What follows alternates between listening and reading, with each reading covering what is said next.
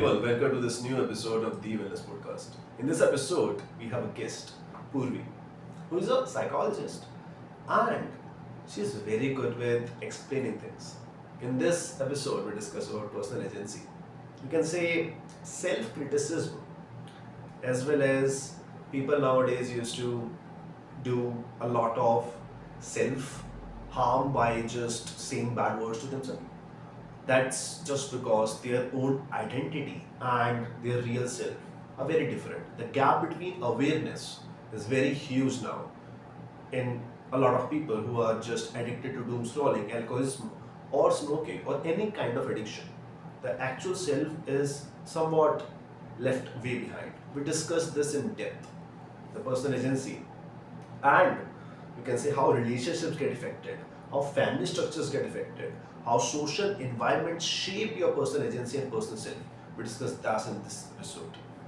If you are facing any mental health challenge, you can reach out to Purvi, as well as this episode can create a huge effect if you share it to your friends, family, by just saying them, please just watch this episode, because this episode is nearly for everyone. Because if you face any kind of social structure issues or your personal identity crisis, this episode is for you, because in any lifespan, in any, you can say, uh, age group that you belong to, maybe if you are in early 20s, early 30s, midlife crisis is something that used to arrive in each and everyone's life. So you can just watch it till the end. Thank you. Hey Purvi, how are you? Hi, Shank. I'm well, and I hope you and your team are also doing well. Right, thanks a lot for asking. We are doing great here, and thank you for being here. Thank you for being here. And today we are going to discuss a lot about personal agency and how people Mm, are dependent on their addictions and outer sources or their surroundings and what they can do mm, to improve themselves. So correct. just wanted to start with what exactly personal agency is all about. Great. First of all, I would really like to thank you for this opportunity and arranging this conversation. And yes, personal agency is definitely something that is I really believe in, and I see that coming in each time in my practice. So for me, how I view personal agency is having a say, having being able to take a call on your decisions. Um, Choice making basically is what I see having an agency to be it in your space of, career, your personal life, and especially your well-being. I think that is somewhere where it is the most important and where we often seem to use our agency the most, oftentimes to healthcare professionals, to experts, right? So to cut it Right. short, I think yes, for me, personal agency is being able to make the choice and having a say in Hmm. your different aspects of your life, even when you are consulting an expert. Understood. So if we go further, what do you think how people are now dependent on other parties for their own decisions? And in your Mm, clientele, what do you see in front of you that this is not going right? And many people are facing issues in their personal agency because of X factor. mm. Right. So a lot of times, what brings in a lot of doubt or lack of agency in a lot of individuals is one, their past life experiences. And second is the availability of so many options, right? That information overload that we have now because of the tech that we have, so much information we have due to social media, globalization, right? Plus, you have a lot of people who claim who are experts in the field, right? So feeling that you are less than or doubting your own experiences, right? For example, if you're feeling a little feverish, right, or not unwell, oftentimes rather than sitting with it to really understand how unwell are you feeling, what are you experiencing in that, we quickly jump to calling a healthcare professional and then going with what they say. So there is something where I feel we're kind of losing on the agency bit because of information overload and dependency a lot on expert and other people's uh, opinions and uh, their perspective on your life experiences. Right. And I also believe that many government bodies are also controlling the habits plus the decisions of many citizens. So Mm, recently, Claude deal was cancelled with the government of US just because they don't want to have a surveillance on their citizens. mm, Right. So Claude basically put on this particular um, marks in the decision that we are not going to help you out in weapon-based attacks plus also in surveillance. So government of US directly neglected that and banned Claude, and now ChatGPT is their partner, OpenAI is their partner, uh, and I believe they agreed on the decision. So government can also do a mass surveillance and can also change habits or spend a lot of energy and finance to build narratives that also change many habits or decisions.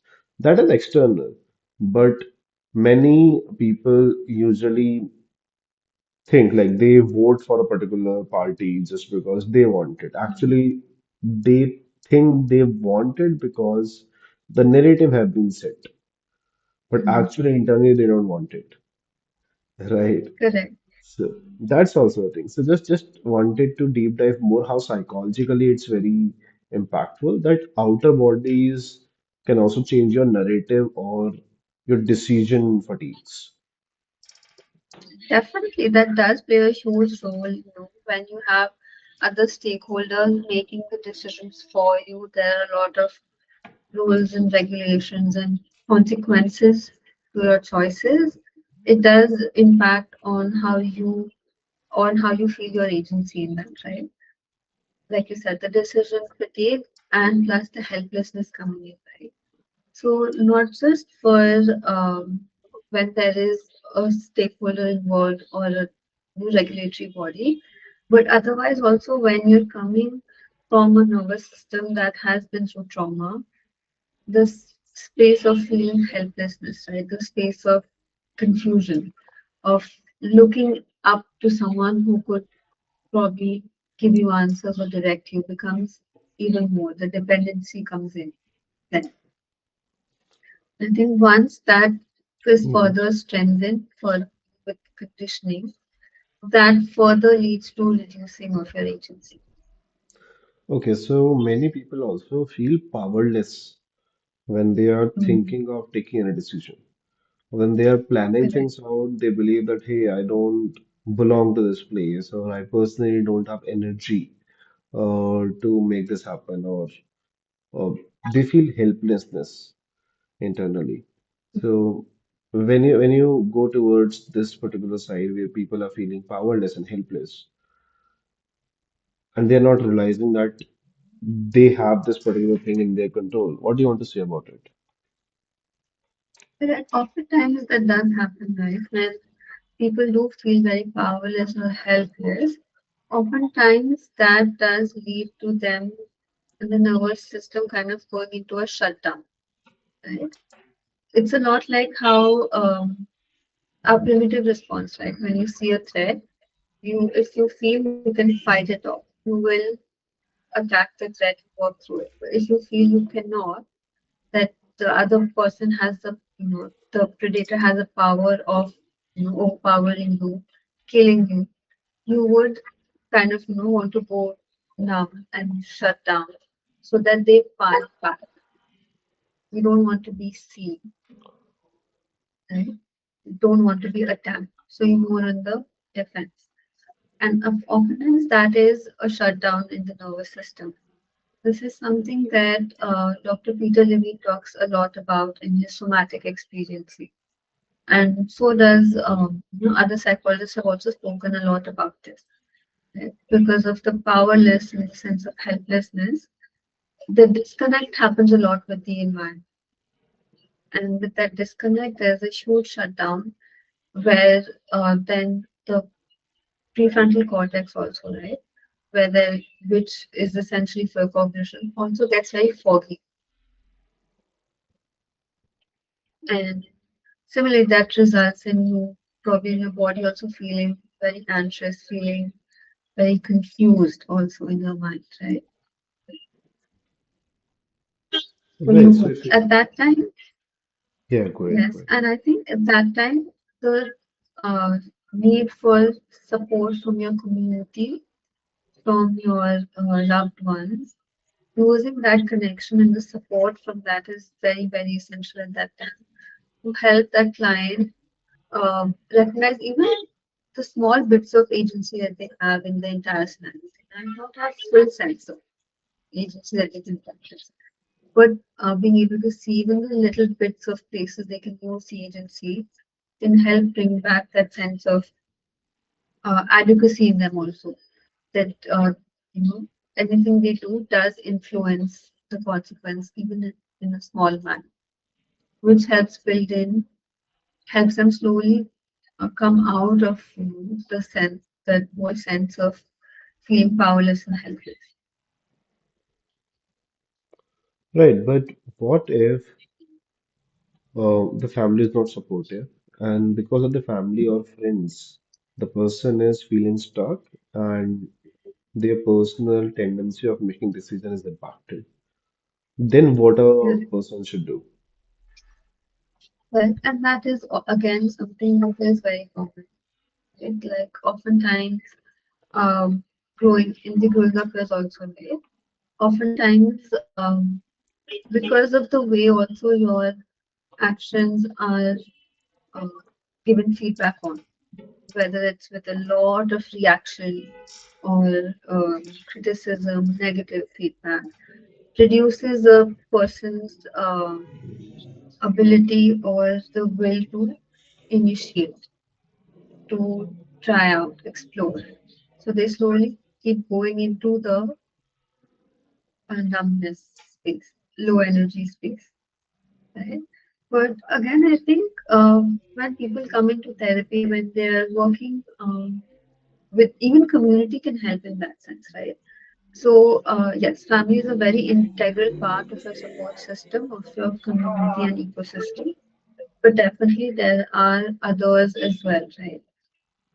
Other parts of the community also that can be taken into account, which are beneficial or impacting it positively for the individual.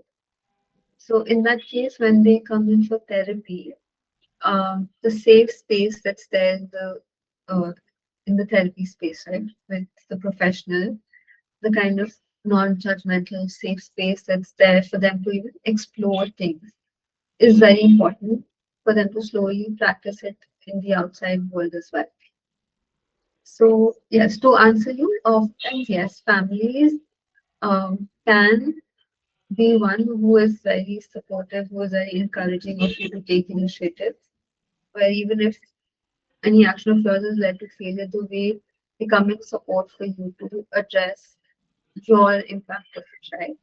And then going into consequence does have a greater impact.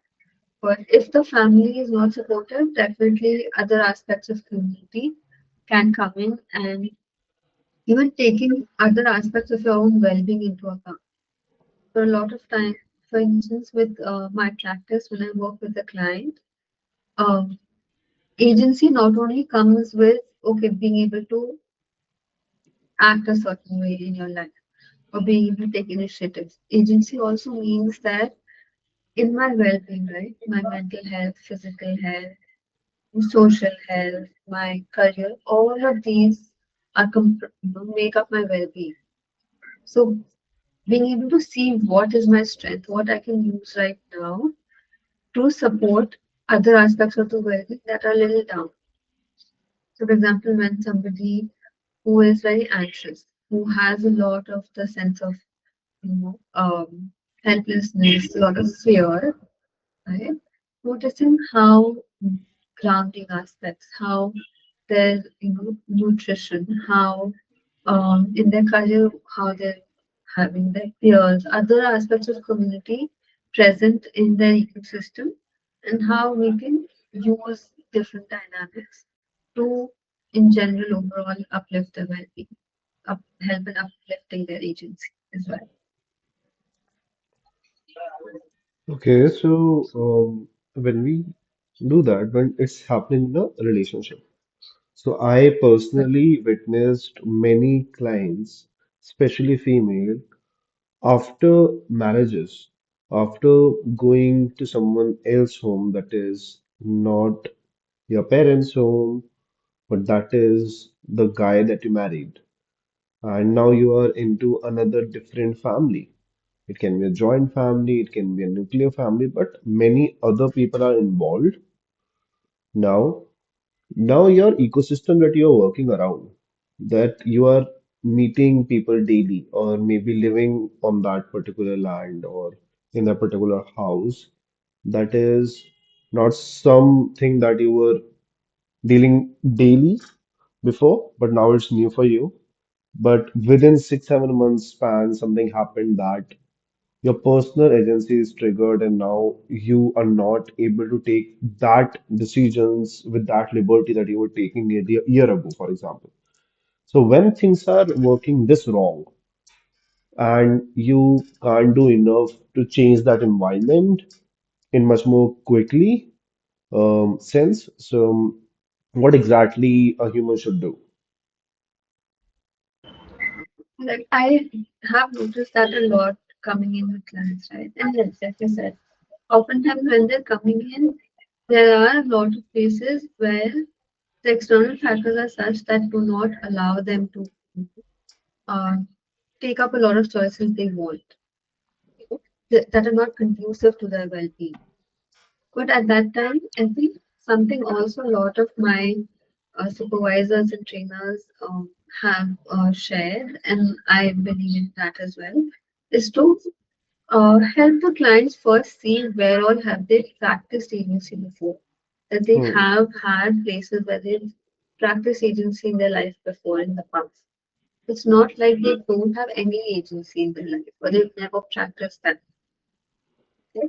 And from there to notice that, okay, even if they are in a certain space in their life right now, there are definitely places that they are being able to practice agency.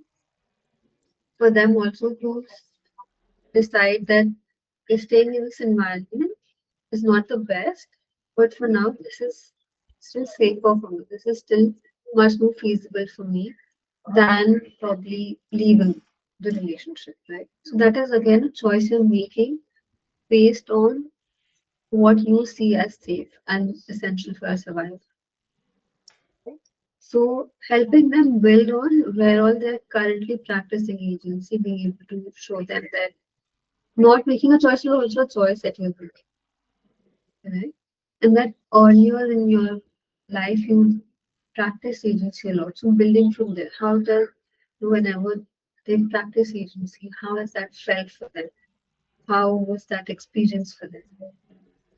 Like, what helped them in those in practicing that agency for them, so that they can slowly again remember that and re-experience that in their body. So moving further, when we talk about personal agency, many people are also aware that I am not getting that much benefit out of something that I want to do, or I'm doing regularly. For example, habit of smoking. Now, people, it can be a habit or an addiction. That is one thing. But if somebody want to quit smoking and they are addicted to it, their personal self knows that they have that awareness that it's not good. I want to quit it, but their behavior don't show it up. So, what is the gap between awareness and behavior in this personal agency? Correct. I think, again, that's a very complex uh, situation and experience in itself.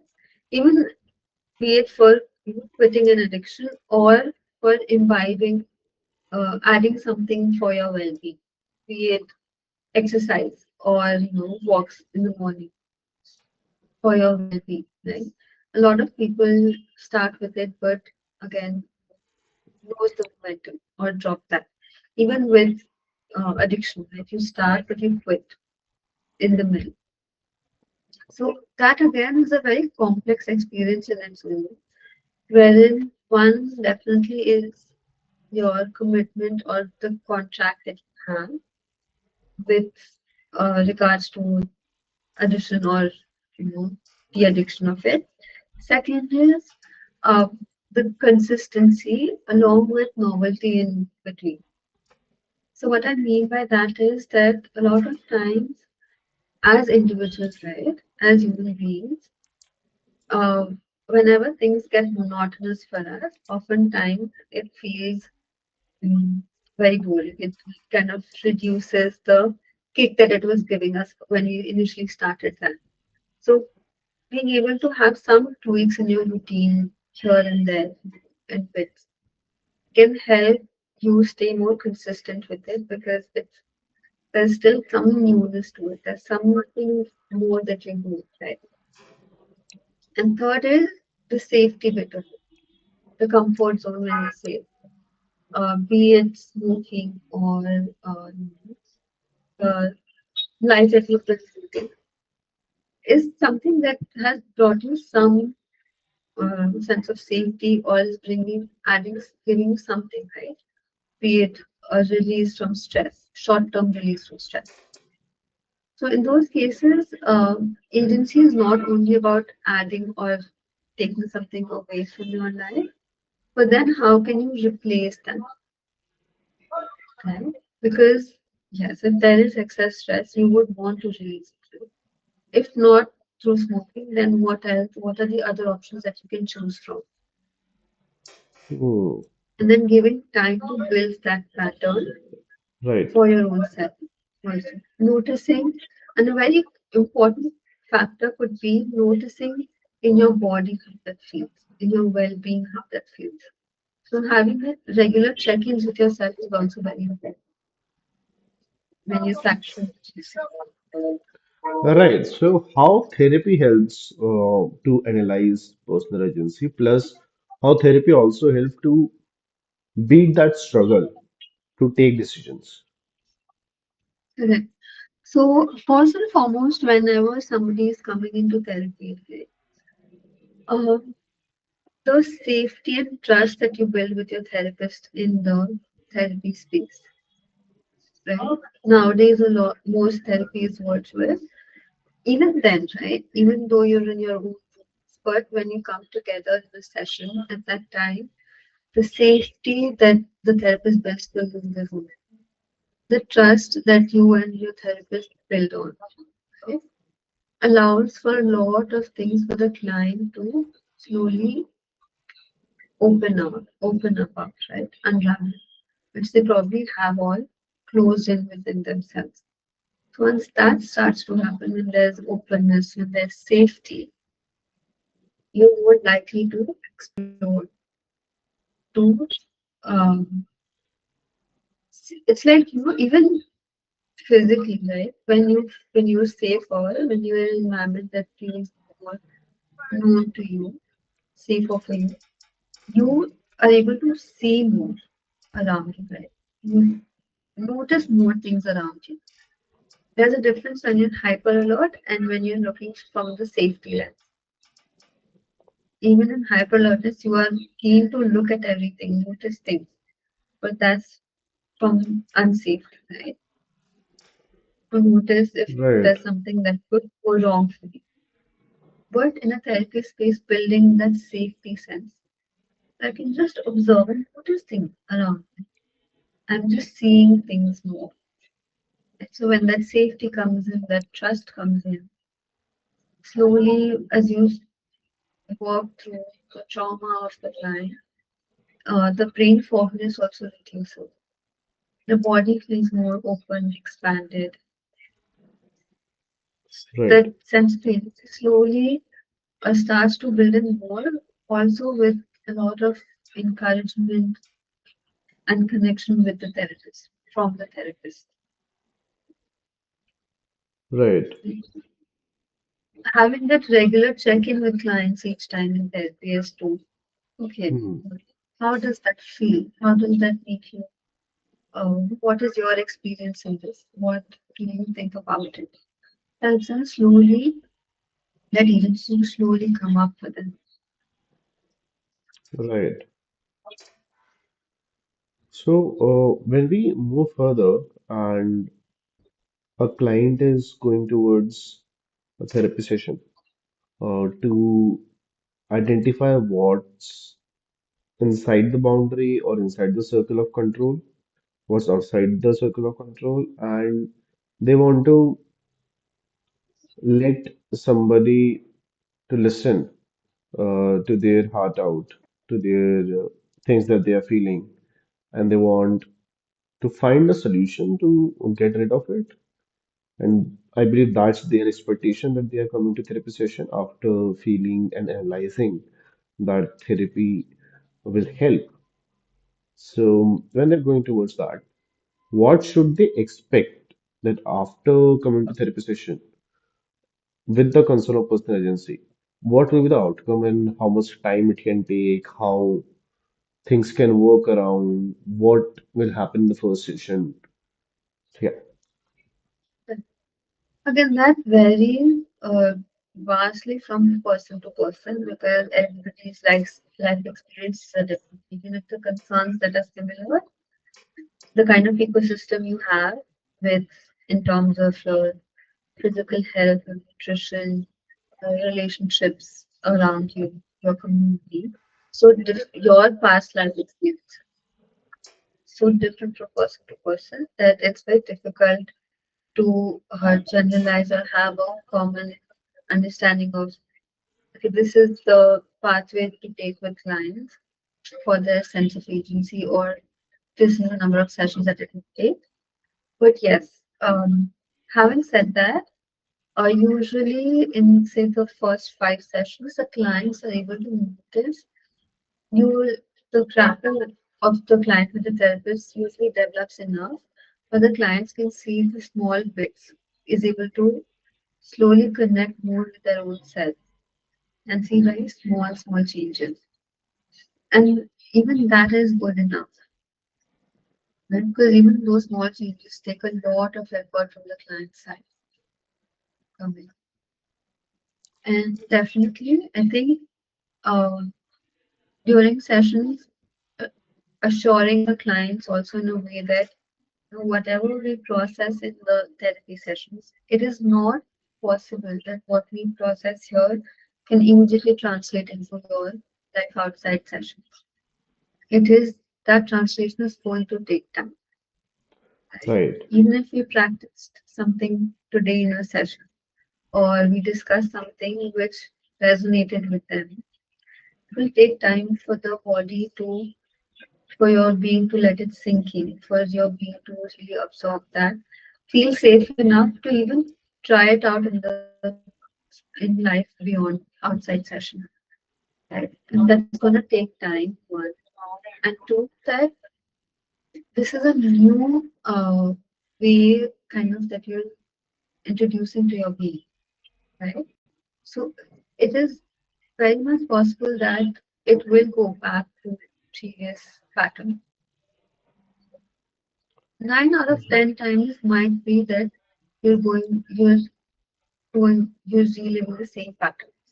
But that one time that you were able to consciously do otherwise is also huge. Slowly with practice, doing it consciously, it will become a way of your life, a new pattern of your life that you practice.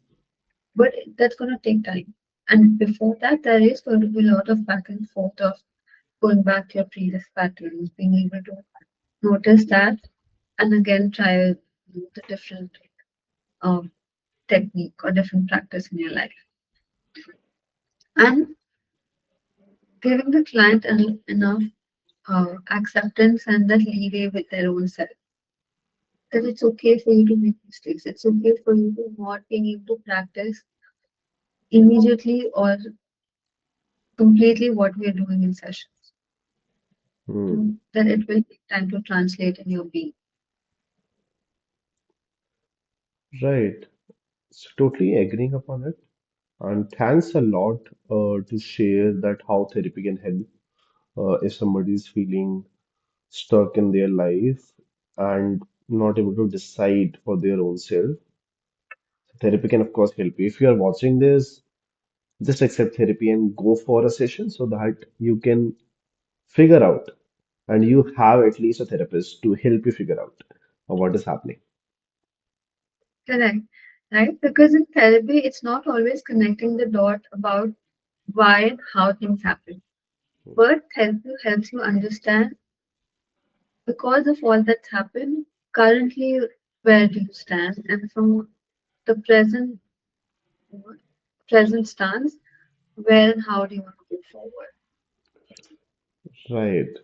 So thanks a Because lot.